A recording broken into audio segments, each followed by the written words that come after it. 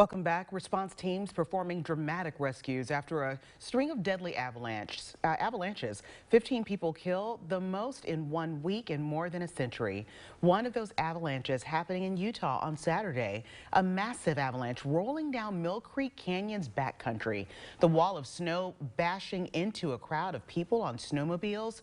4 skiers were buried alive and another 4 were rescued. Survivors digging themselves out, then trying to save their friends. A total of 4 individuals that we saw, 2 buried, possibly more.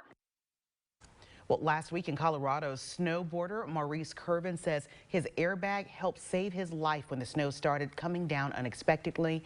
He says one wrong move and he would have been buried or had critical injuries. Experts say avalanches are happening more often because the underlying snow that fell a few months ago is really weak now, making it easier to trigger an avalanche.